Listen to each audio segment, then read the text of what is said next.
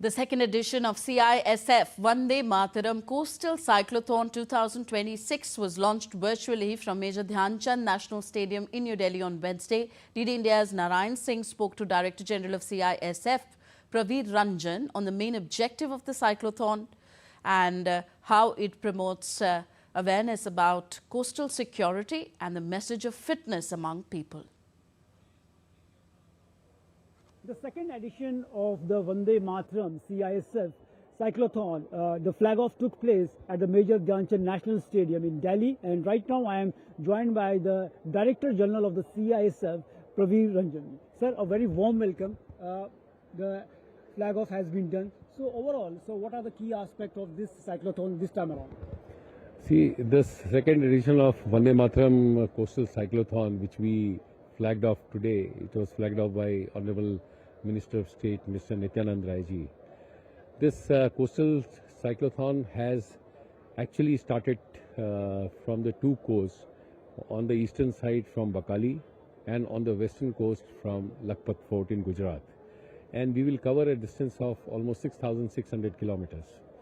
Now, the two teams which are starting today, they will culminate their cyclothon on the 22nd of February at Kochi. And the idea is that they cover all the villages along the route, coastal villages. They meet the coastal people and get to know more about the coast and the coastal security.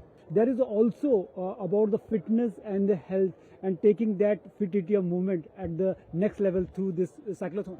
Yeah, so you know, cycling is a very popular sport in the country. And these days you see a lot of cycling events also. So a lot of people are getting involved in cycling activities in order to keep themselves fit. And one of the best sports to keep yourself fit, every day you can do it.